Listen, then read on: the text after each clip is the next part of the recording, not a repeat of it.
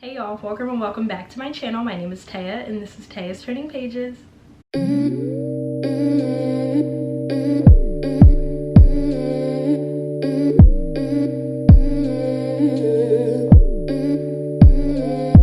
So by the title of today's video, you can tell that this is going to be my July TBR, and this is actually a very exciting time for me because July is actually my birthday month. So all my fellow Cancers, rise the up, okay? Because it is our month, it is our time to shine, and we are here, and we are here to stay, at least for a little bit, okay? So I'm really excited that my birthday month is finally here. Not excited that I will be turning another year older.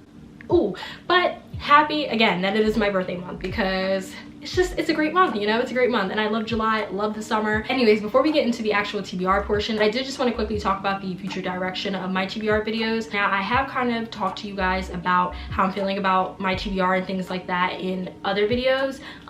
I'm a mood reader through and through. I've said that multiple times, and that still rings true even today in this video. And because of that, it's becoming a bit harder for me to justify making these TBR videos because I don't really stick to them. I might read one or two books here or there that are out of the pile, but for the most part I will either just pick up books that I never even talked about in my videos, and then the rest are just books that I randomly picked up from my bookshelves that I wasn't even thinking about before, or just new releases. And it's just really difficult because I want to stick to these TBR videos, and it's not like anyone is like forcing me to, or like, you know, holding a gun to my head telling me I have to. But like when you film these videos and you put time and effort into them and you talk about these books and you're like, I really want to get to them, and you don't get to them, it does feel a bit unserious sometimes, you know? And so I'm really trying to figure out what I want to do in terms of TBR videos and just TBRs in general, because I do feel like they are very restrictive. Like, yes, they do give you a good guideline and like parameters in terms of giving you some structure about how, like, about what to read and like making sure you hit certain goals and certain genres and things like that. But at the same time, being a mood reader, you just don't always want to go with what you said, you know? So I'm trying to figure out what that means and like what I'm going to do from here on out. I'm not saying that I'm going to get rid of my TBR videos, because I do enjoy making these, because you get to share books that maybe you don't get to talk about in other videos or just in general in these videos. So I don't know, I just wanted to come on here and say that because I know some of you who have been watching me for a while are probably looking at my pop-ups and my TBR videos and saying to yourself, the math ain't math, and sis, like, what's going on here? How did you have all of these books on your, you know, June TBR and you didn't even read like 90% of them when it came time to film your wrap-up? So yeah, all that to say, I'm still trying to figure out what I want to do from here on out when it comes to TBR videos and TBRs in general. Once I figure it out myself, I will let you guys know, but I did just want to note that. So I'm still going to film them for right now, and I'm still going to show you some books that are on my TBR and that I do want to read at some point in life. I just don't know if July is actually going to be the month, but we will see. So with all of that out of the way, let's get to the TBR portion. Okay, so I am going to break this up by genre just because I have mostly romances and thrillers and one literary fiction book in this pile. So the first book that I'm going to start off with is that literary fiction book, and it is 6 Days in Rome by Francesca Giacco. I think that's how you pronounce her last name. So this book was actually kindly sent to me by Hatchet Books, which is, I think, an imprint of Grand Central Publishing. So shout out to Grand Central once again. You guys know I love you over there. And this book just sounded really interesting when I read the synopsis, and I just really wanted to pick it up because of the synopsis, but also I just love the cover. I don't know what it is, but I just love the color scheme and everything like that. So I'm actually just going to read the synopsis here because it's a bit easier. Amelia arrives in Rome, reeling from heartbreak and reckoning with her past. What was supposed to be a romantic trip has, with the sudden end of a relationship, become a solitary one instead. As she wanders, music, art, food, and the beauty of Rome's wide piazzas and narrow streets color Amelia's dreamy but weighty experience of the city. She considers the many facets of her life, drifting in and out of memory, following her train of thought wherever it leads. While climbing a hill near Trastevere, I'm not sure how to pronounce that, but definitely let me know down below in the comments how it's really pronounced if you know. She meets John, an American expat living a seemingly idyllic life. They are soon navigating an intriguing connection, one that brings pain they both hold to the surface. As their intimacy deepens, Amelia starts to see herself anew, both as a woman and as an artist. For the first time in her life, she confronts the ways in which she's been letting her father's success as a musician overshadow her own. Forced to reckon with both her origins and the choices she's made, Amelia finds herself on a singular journey and transformed in a way she never expected. Equal parts visceral and cerebral, 6 Days in Rome is an ode to the eternal city, a celebration of art and creativity, and a meditation on self-discovery.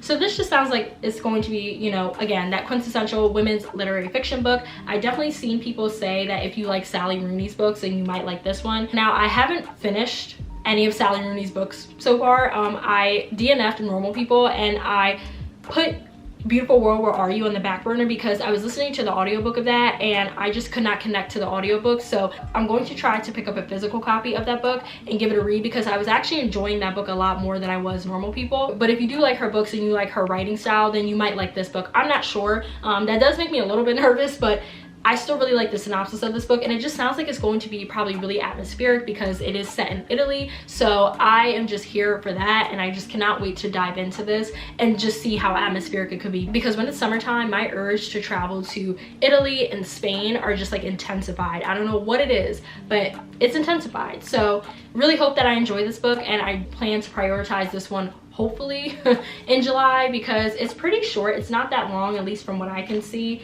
It's only about 271 pages, so very short. So I could probably knock this out in a day if I really wanted to. So yeah, hoping that I enjoy this one, but really excited nonetheless. And thanks so much again, Hatchet Books, for sending this my way. And the next genre that I'm going to dive into is thrillers. And the first thriller that I have here is actually a leftover from June, and it is The Lake by Natasha Preston. So I'm not going to go into the full synopsis for this book. I definitely recommend checking out my June TBR video if you're interested in learning more about this book. I did not get to this in the month of June, which is unfortunate, but I still want to read this book, and I plan on reading it before the summer is over because it definitely just gives those vibes of, you know, a summer camp and, you know, murder mystery type of situation. So I definitely want to give this one a read and also see if Natasha Preston is going to become a favorite thriller author of mine. And the last thriller that I have here is The Paris Apartment by Lucy Foley. So I talked about this book a few times in other TBR videos, but I will just give a quick synopsis, at least for this book. This follows a young woman named Jess who is going through a breakup, and she wants a fresh start, and so she decides to call her brother, who lives in Paris,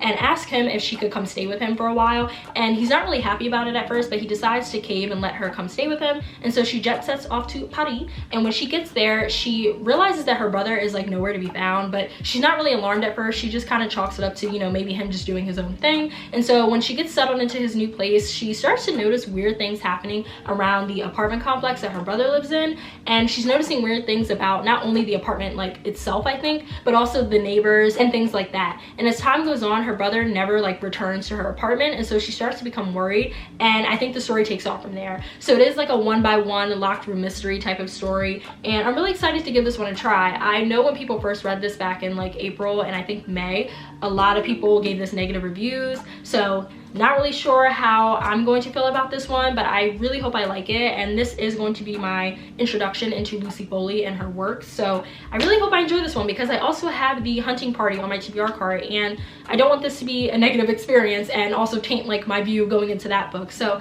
I don't know, we'll see. But either way, still excited to read this one, and I still love the cover and the color scheme of this book. It eats. Like, I can't explain it, but it eats. And the last two books I have here are romance because duh.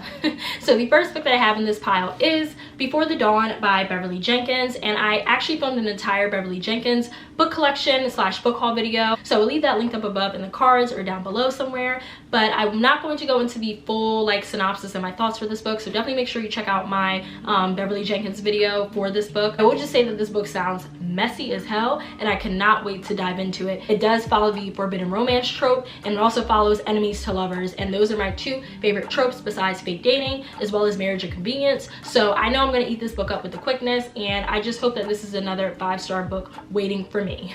And the last book that I have here is a sequel, and I'm really excited about it, and it is Tokyo Dreaming by Emiko Jean. So this is the second book in the Tokyo Ever After series, and with Tokyo Ever After being the first book, and I loved that book down. Okay, everything about that book phenomenal. I still think about it to this day. It was so sweet, so refreshing, so airy, so light, and it was just a dreamy book. That's how I can sum it up. It was just a dreamy, whimsical novel, and I loved everything about it, and I really loved Emiko Jean's writing style. So once I saw that the second book was announced, I knew I was going to pre-order it right away, and that is exactly what I did, and I'm so happy that I have it in my possession now. I'm so happy that I can dive into it now and pick up where I left off and see what is happening now with my faves Izumi and Akio. I really hope that this one really, like, of course, expands on their romance more, because I just fell in love with those two characters as well as their blossoming romance in the first book. So I'm really hoping that this one, of course, explores it a lot more and we get to see just more cute moments between Izumi and Akio. So yeah, can't wait to dive into this one. This is also another top priority because, like I mentioned in other videos, I really like to try to read books in a series as close together as possible, so that way I don't go into the second book or the third book forgetting what I read in the other books, because I hate that and I don't want to have to go back and reread if I don't want to.